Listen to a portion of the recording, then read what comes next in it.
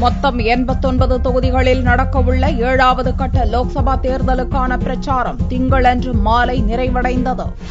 April 7ஆம் தேதி துவங்கிய லோக்சபா தேர்தல் இதுவரையில் 6 கட்டங்களாக 349 தொகுதிகளில் முடிந்துள்ளது.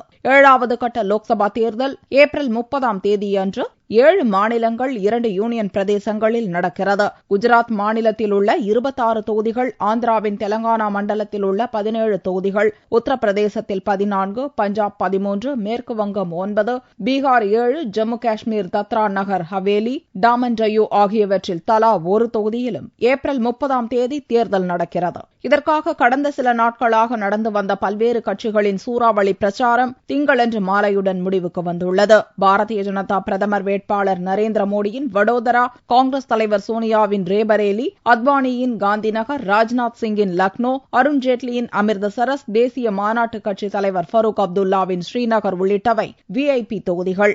7ஆம் கட்ட தேர்தலில் மொத்தம் 1295 வேட்பாளர்களின் தலைவிதி நிர்ணயிக்கப்படுகிறது.